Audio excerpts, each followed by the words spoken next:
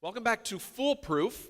I'm really excited about this series. I have to tell you, I love the Proverbs. I love the Proverbs. I cut my teeth on this stuff when I was a kid. And when I was a kid, I remember taking my Bible and just going in my room. I had a bunk bed. I'd be like on the second level of the bunk bed, and just taking my Bible and reading the Proverbs for hours and hours. I just loved reading the Proverbs. You know, when you're young and you're trying to read the Bible and you lack the historical context of things, a lot of scripture is kind of inaccessible to you.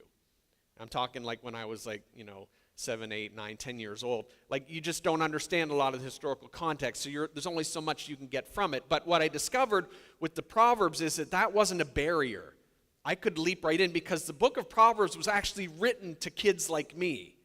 And so when I saw the Proverbs, I'm like, wow, I can understand all of this stuff, and it makes really good sense. And some of it was intriguing, and you had to kind of turn your mind over it a little bit. But as you spent time, you're like, oh, I'm getting so much stuff out of this.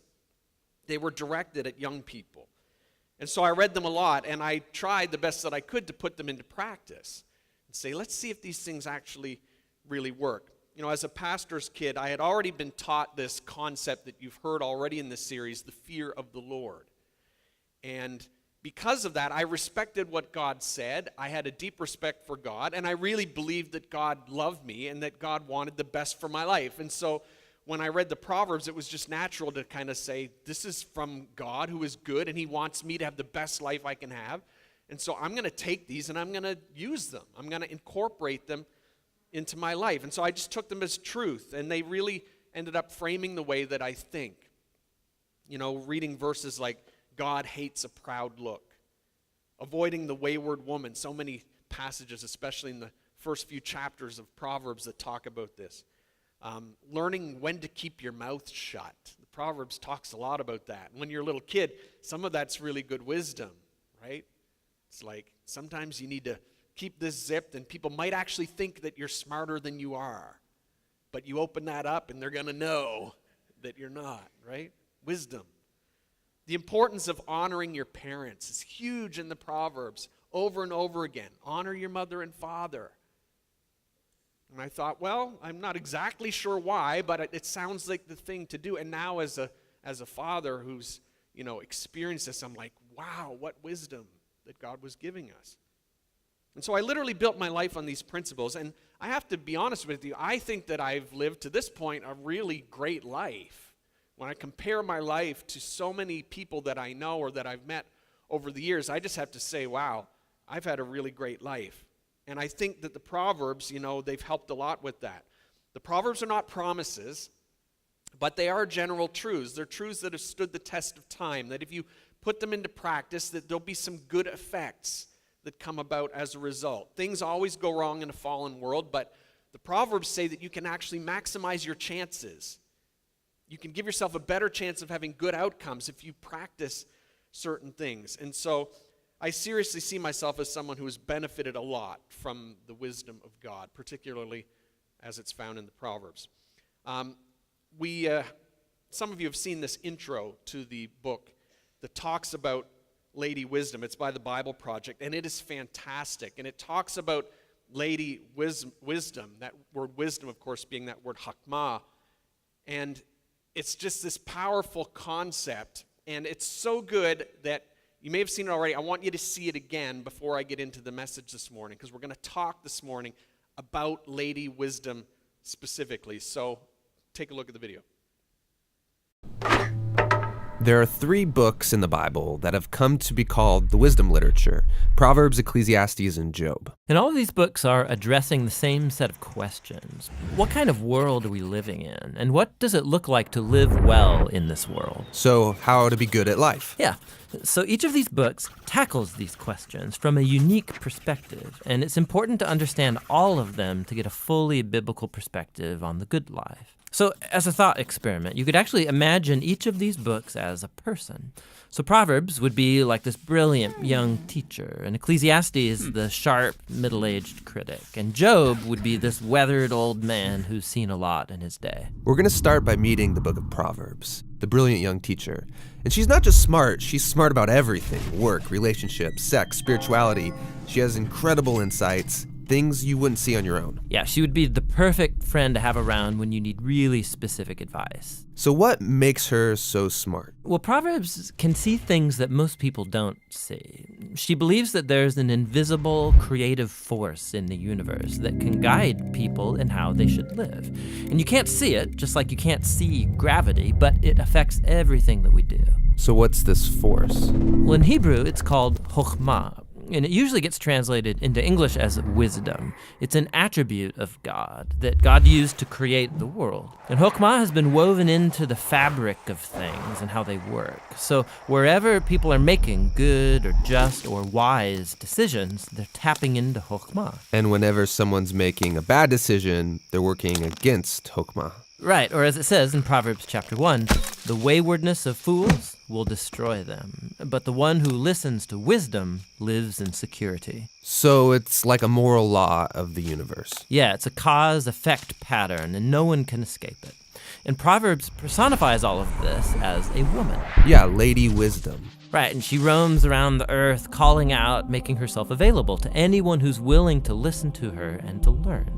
Which leads to the second thing Proverbs believes, that anyone can access and interact with wisdom and use it to make a beautiful life for yourself or for others. You can create with it like a designer. Yes, in fact, chokhmah in Hebrew isn't simply intellectual knowledge. The word is also used to describe a skilled artisan who excels at their craft, like woodworking or stonemasonry.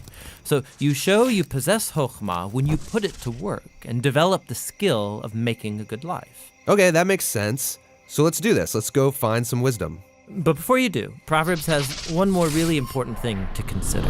Chokhmah isn't some impersonal force. It's an attribute of God himself. And so in Hebrew thought, your journey to becoming wise has to begin with what Proverbs calls the fear of the Lord. It's this healthy respect for God's definition of good and evil. And true wisdom means learning those boundary lines and not crossing them. All right, so personification is a powerful literary device, and this is what's going on here in the book of Proverbs. Lady Wisdom is going to personify wisdom for us. Now, I want you to note this. The Proverbs describe wisdom as a person because God wants us to know her intimately like a person. If you're taking notes, write that down today. That's very important. This whole idea of God personifying wisdom is not just a haphazard choice. God really wants us to get to know wisdom like a person and to have this intimate connection with her. And I'm going to prove this to you a little bit later as we go through our message. Our opening speakers for this series did a great job last week of setting up the book, and especially this fear of the Lord concept that you just heard about again. For much of this series, our speakers are going to be looking at a lot of different random verses or passages, texts, even themes. But what I want to do today, before we really jump into a lot of those kind of random things, is I really want to set the foundation and go a little bit deeper here and talk about this personification, this Lady Wisdom, and the concept of chokhmah. And so let's turn to Proverbs chapter 8. If you have a Bible, turn to Proverbs chapter 8. And I'm going to read some fairly long passages here. I think it's really valuable for us to read Scripture together when we gather together.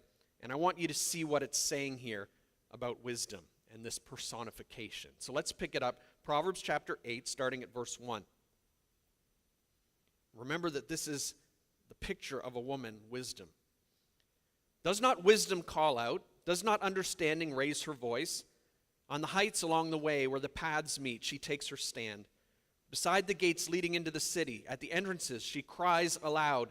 To you, O man, I call out. I raise my voice to all mankind. You who are simple, gain prudence.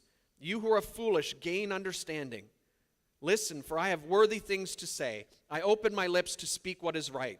My mouth speaks what is true, for my lips detest wickedness. All the words of my mouth are just. None of them is crooked or perverse. To the discerning, all of them are right.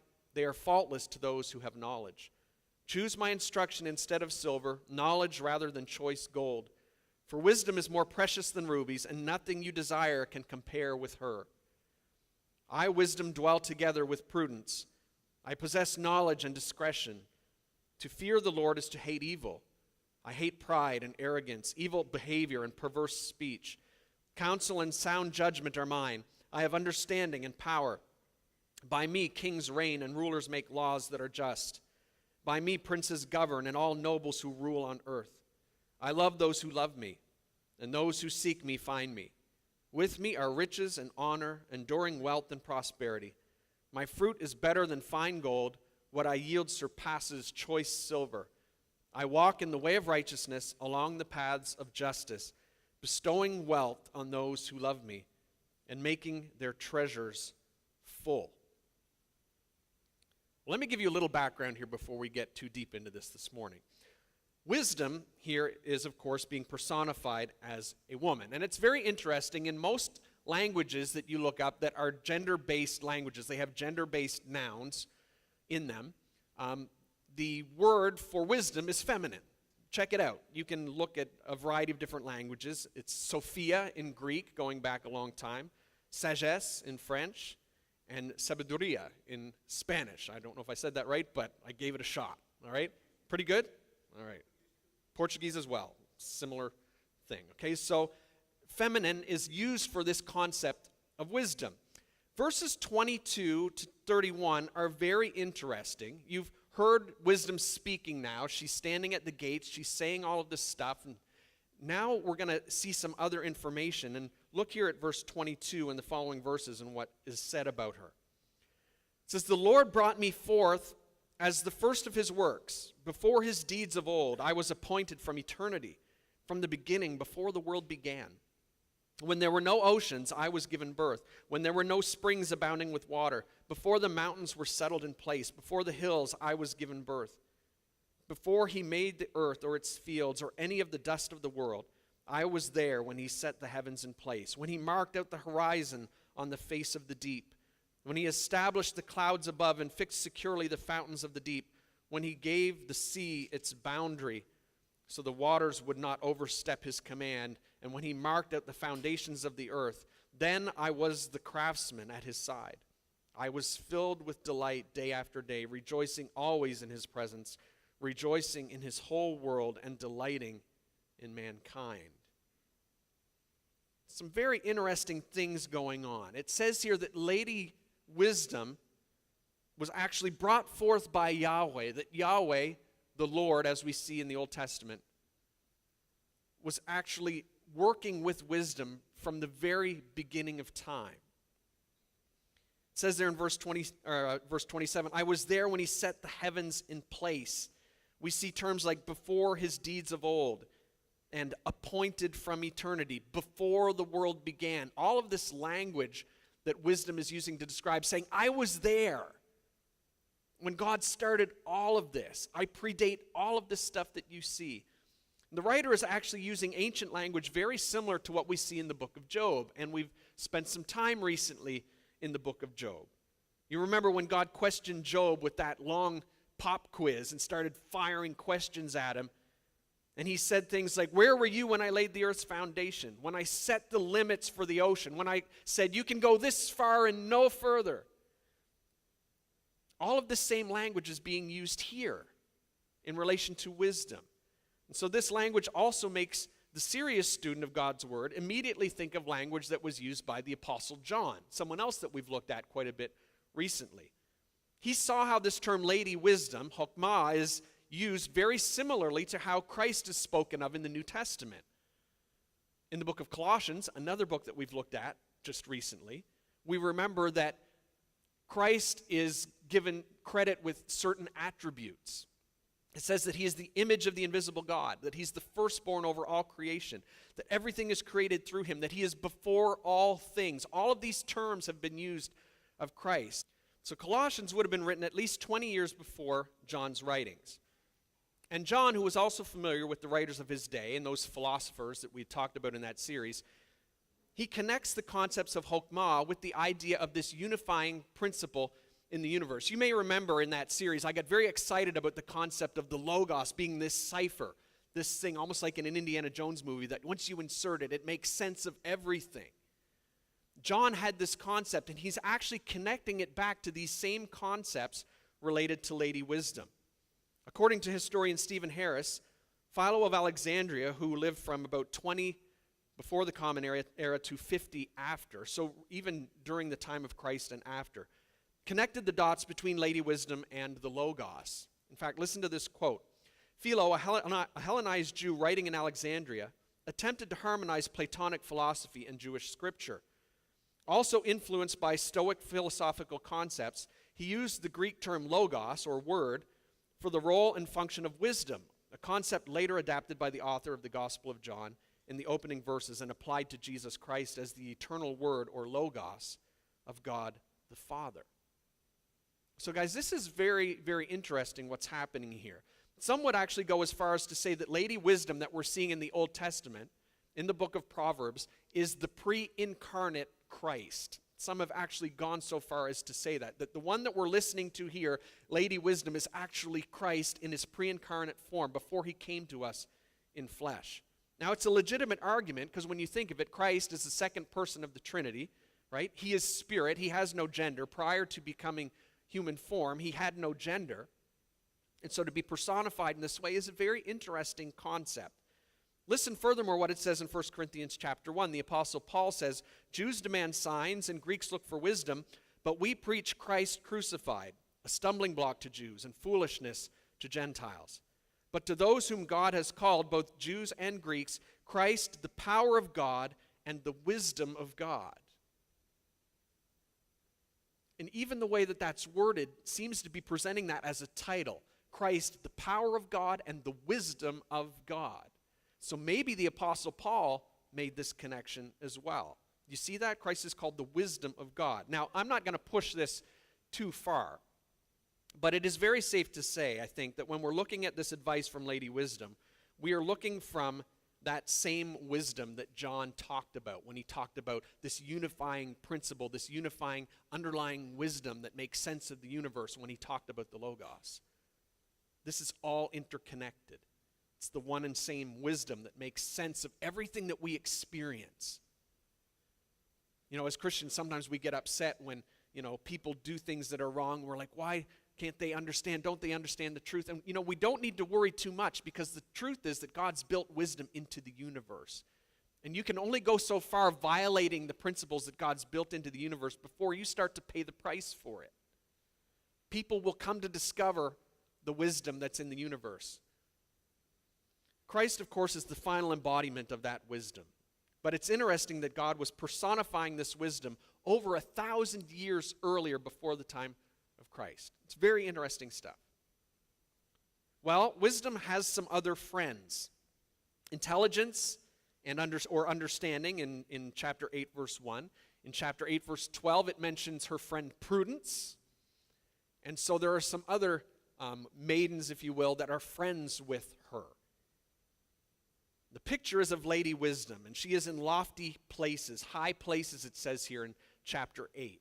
She's seen as being right out in public with nothing to hide in plain daylight. She can be seen in the everyday places. It says at the gates of the city, the entrance of the city, which back at that time, if you would have understood, that's the place where even justice was meted out, where the courts were held. It's also where business was transacted on a daily basis. And so out in these very public places, Lady Wisdom is crying out to people, calling for them to hear her wisdom. And so what I want to do, I want to go through this passage, and I want you to see some things that she's saying and understanding who Lady Wisdom is. First of all, chapter 8, verse 5, it says that she targets the simple. Now, she calls out to everyone. She calls out to all mankind, it says there. But her special target, and this is very interesting, is the same people that the adulteress goes after. Did you notice this? She goes out looking specifically for the simple and for the foolish. You say, well, why is that? Well, she's looking for people that lack understanding. She's looking for people like us. And it was really, a strong observation for me that basically Lady Wisdom can benefit anyone as long as they're not wise in their own eyes. As long as you're not someone that thinks you've got it all figured out, you're your own authority, you make your own decisions. As long as you're not that kind of a person, wisdom can be very beneficial for you if you're just open to what Lady Wisdom will say to you. And so she targets the simple. The second observation is that nothing is more precious than what Lady Wisdom teaches. We see this is in verses 10 and 11. We live in a world today that really emphasizes money. It's all about getting ahead. It's all about your prosperity, all about your success. Wisdom is not against money. As you'll see, she actually increases somebody's chances of being wealthy. And the Proverbs talk a lot about this. So it's not against that.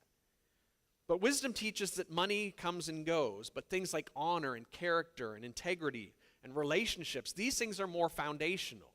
That these are the things that you need to build into your life. And money, it will come and go.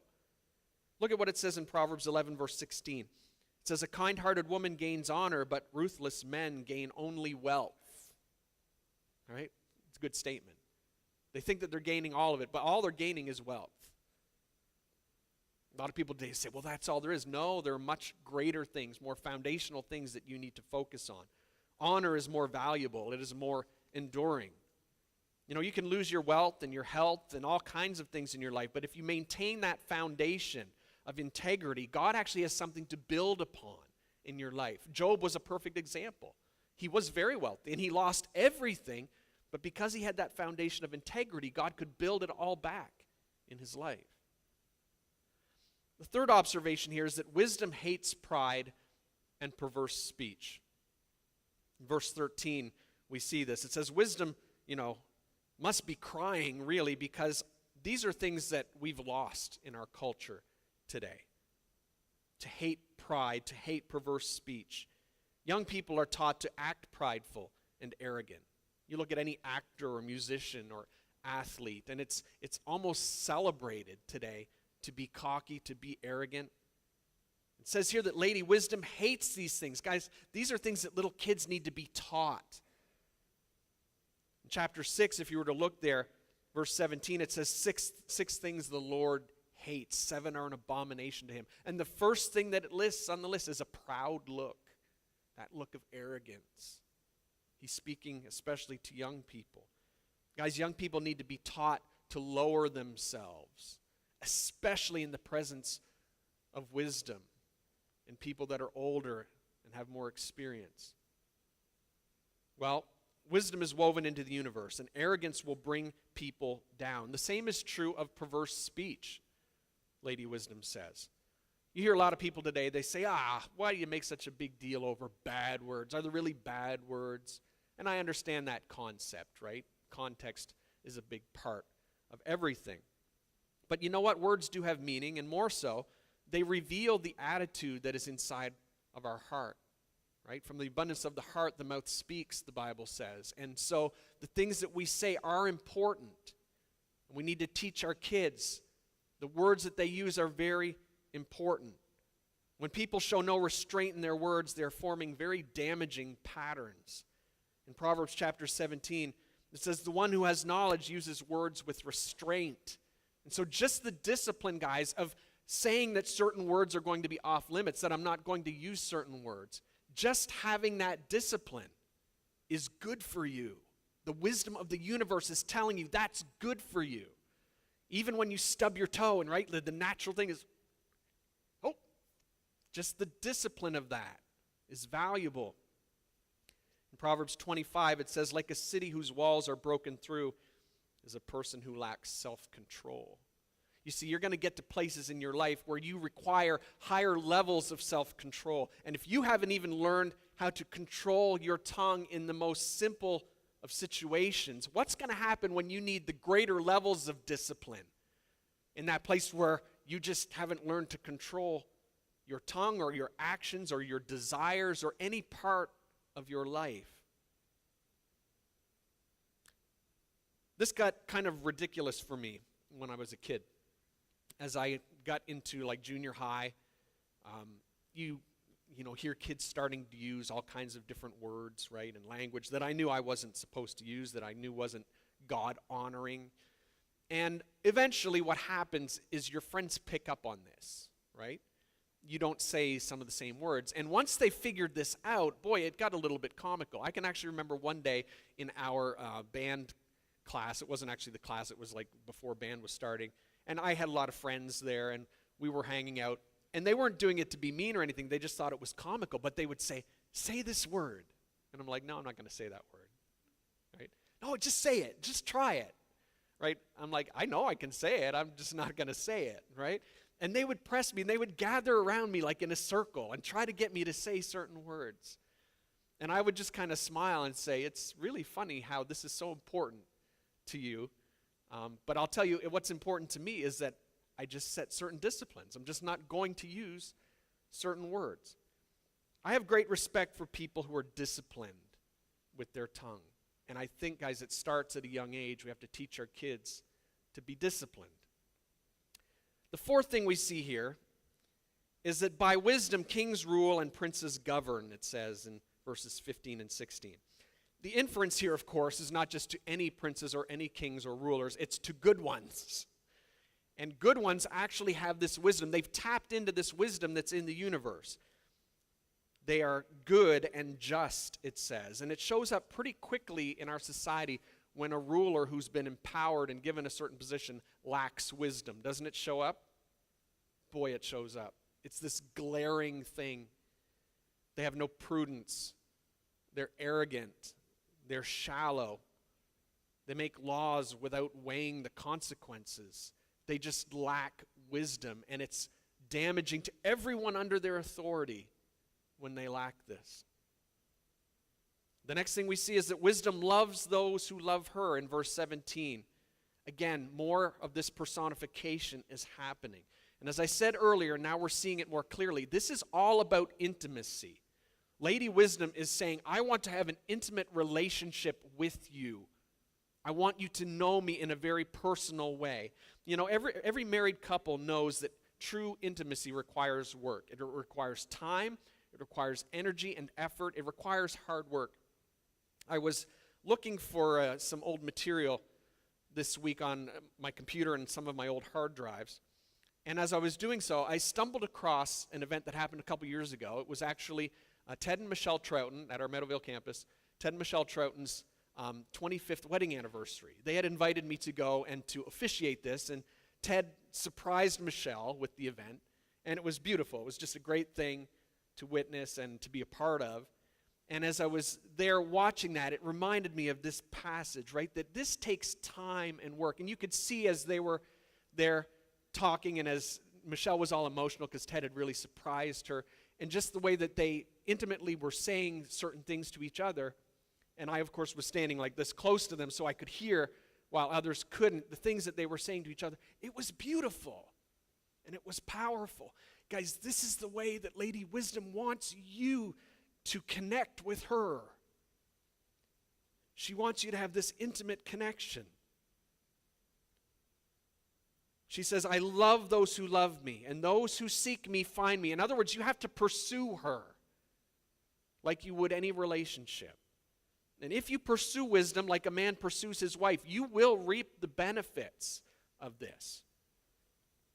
Note this, guys. Loving wisdom will bring benefits, but the Proverbs teach that we do it for the love of wisdom itself. And this is so important. Again, make note of this. We don't just do it for the benefits. We do it for the love of wisdom itself. God wants us to fall in love with wisdom. You know, you can see very quickly the people that just try to use wisdom to their selfish advantage, can't you? They start out looking good, like they really care, like they really value these principles, but very quickly they abandon them. They lose patience. They have no staying power. They follow God's ways hoping for a payoff, but when it's slow in coming, they abandon the path really quickly. Oh yes, this thing about moral purity, this is a good thing, and I'm going to stay pure. I'm not going to have sexual relations outside of marriage. And they say that, but then as things aren't really working out for them, they're kind of like, I'm tired of that. I'm going to do it my way. Right? They say, I really want to have integrity in business. I want to do things properly. I'm not going to cut corners. I'm not going to cheat the government in any of these things, right? But then when money's slow and coming in and they hit a wall and they hit hard times, they're like, enough of that, right? And it shows that they're really not interested in Lady Wisdom. They really don't love her. They only want what they can get from her. To love wisdom, guys, is to love God. It is to love what is good and what is right in the universe. I should love being a person of integrity because it unites me with God. I should love being a person who is kind to the poor because it unites me with God. I should love being a person who uses kind words because it unites me with God. These are the reasons why I should love these things. Any benefits that result are a bonus. But the cool thing is, guys, there are benefits.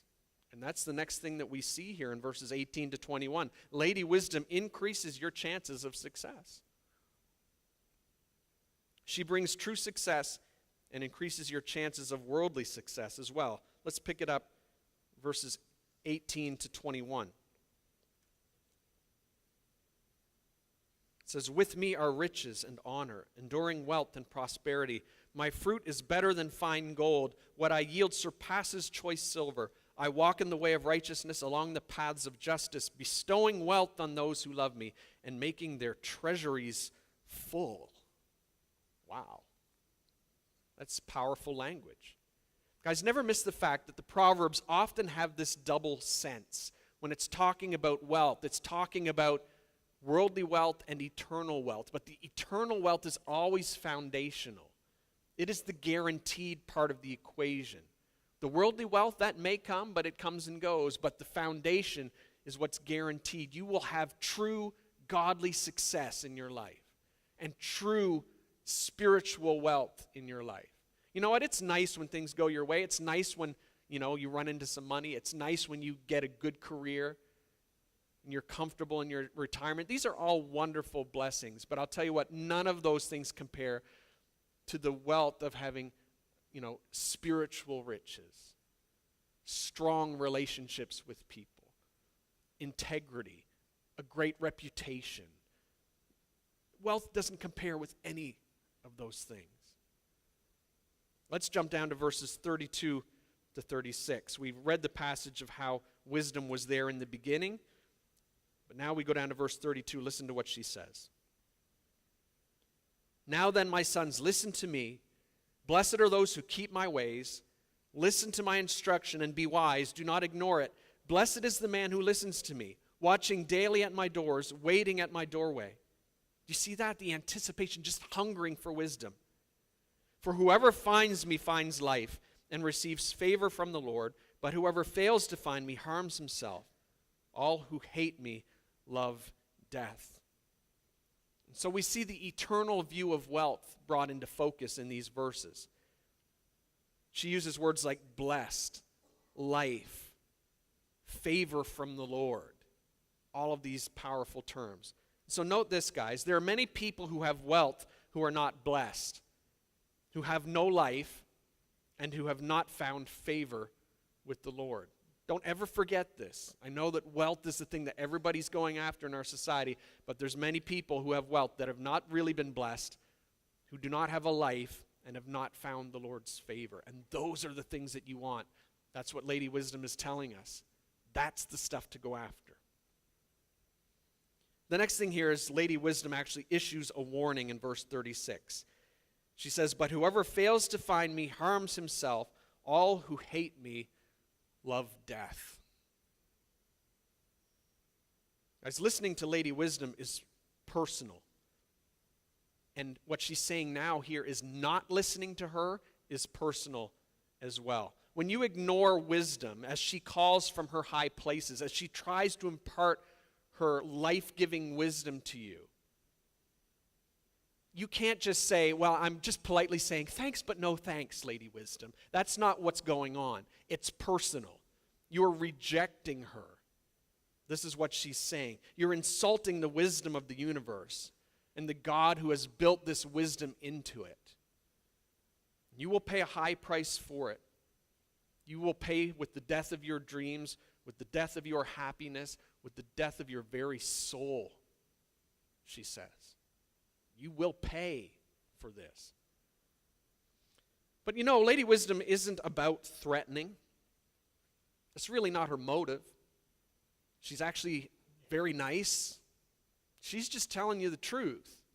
She's just saying this is really what's going to happen to you if you reject my wisdom. It's built into the universe. You can ignore that. You can not like it. And you can go your own way. You have the freedom to do it. I'm just telling you the truth, she says. But it's very interesting how parallel this is to the gospel itself. when we actually compare things in the New Testament. You see, the gospel of Christ, the wisdom of God, offering himself to mankind, this is the gospel. You ever think about that? What is the gospel? It's Christ coming in human form. He's offering himself to all of mankind, right? To find intimacy with him, to benefit from everything that he wants to bring to us. Sometimes Jesus warned his listeners with fiery images, didn't he? He said, if you reject me, it's going to be a really bad outcome. And Jesus was a nice guy. He's just saying, I'm just telling you the truth. This is the way it is. He sounds very much like Lady Wisdom, doesn't he, when he says that? Jesus' preferred metaphor was not fiery images. Do you know what his preferred metaphor was? It was actually a great banquet, the banquet of God, where he invited everybody to come in and to be a part and to share in his richness, in his abundance, in the life that he was offering. It was like a grand party in the best sense. And it's fascinating to see the same image used here with Lady Wisdom. Let's pick it up in chapter 9, verses 1 to 6. Lady Wisdom invites us to a great feast, it says. Look at what it says. Wisdom has built her house. She has hewn out its 7 pillars. She has prepared her meat and mixed her wine. She has also set her table. She has sent out her maids, like knowledge and prudence, remember? And she calls from the highest point of the city, let all who are simple come in here. She says to those who lack judgment, come, eat my food and drink the wine that I have mixed. Leave your simple ways and you will live. Walk in the way of understanding. I'm throwing the doors wide open for you, she says. She's inviting everyone, especially the simple, to dine with her. You know, in Eastern culture, there's no higher compliment, there's no greater offer of friendship than to open your home and to invite people to come in and sit at your table, to enjoy a meal together. That's been largely lost here in the West. But in the East, this is a great concept. When you sit down and you eat with someone, you're offering your fellowship, you're offering your friendship, you're saying, we're brothers. And it's the same offer that Christ makes to us, to join him in his feast. Look at what it says in Matthew chapter 22, in case you've forgotten. Jesus spoke to them again in parables, saying, the kingdom of heaven is like a king who prepared a wedding banquet for his son. He sent his servants to those who had been invited to the banquet to tell them to come, but they refused to come. Boy, doesn't it sound like Lady Wisdom? Throwing the doors open. Everyone come. Benefit from what I'm giving you. But so few take advantage. Those who come leave their simple ways and live. It says that they walk in understanding. Their eyes are opened. But so many refuse. Guys, I can't end this message today without introducing you to another woman. There is another woman. Her name is actually the woman Folly. We can't call her Lady Folly because that would be too much of a compliment. The woman Folly. She's actually right here in this same passage. Jump down to verse 13 and you're going to see who she is. Let me read about her. The woman Folly is loud. She's undisciplined and without knowledge. She sits at the door of her house on a seat at the highest point of the city, calling out to those who pass by, who go straight on their way. Let all who are simple come in here, she says to those who lack judgment. Stolen water is sweet. Food eaten in secret is delicious. But little do they know that the dead are there, that her guests are in the depths of the grave. Guys, most of us are familiar with the adulterous passages that we see in the first few chapters of Proverbs. Going from chapter 1 up to Proverbs chapter 7, there are a number of passages. The predominant discussion is actually this concept of the adulteress. And those passages are, of course, speaking against actual adultery. But listen, don't miss this. There is a much bigger metaphor at play here, a much bigger narrative that's being built. You see, adultery is enticing and it will bring people down to the grave. That's a very graphic image. But the woman Folly is not just talking about adultery. The woman folly is referring to a whole lot more. You see, she is the antithesis of Lady Wisdom. You have Lady Wisdom and the woman folly. They are the antithesis, the one of the other. The woman folly, it says, is loud and undisciplined. She's stupid. You know what word I would use for her? Look at the passage. She's trailer trash. She is. She dresses like a prostitute. This is the picture that the writer of Proverbs is trying to get through to us who need wisdom. And she also calls out, but her message appeals to the flesh. She says, stolen water is sweet. You should try it. It's really good. She says, food eaten in secret is delicious. The stuff that you do that nobody else knows about, good stuff. Come on. Come. The woman folly wants you to take shortcuts in your life. She's going to tell you that there are shortcuts, that there are ways that you can get around the wisdom that's been built into the universe, that you can somehow get around it and still enjoy your life, and she is setting you up. She wants you to cheat when it's convenient. She wants you to enjoy sexual pleasure outside of marriage. She wants you to use whatever words you want to. She wants you to enjoy the pleasures that you know are off limits for you. She wants you to do whatever feels good for your flesh. Just indulge yourself. She wants you to put yourself ahead of other people and not worry about their feelings or what you could be doing to them. Worry about number one. She says that she wants to be intimate with you, but here's the deal. She'll chew you up and she will spit you out in a minute. She sells a lie.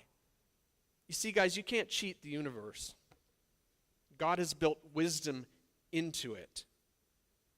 You sneak into the woman folly's house thinking that no one will see or that no one will care, right?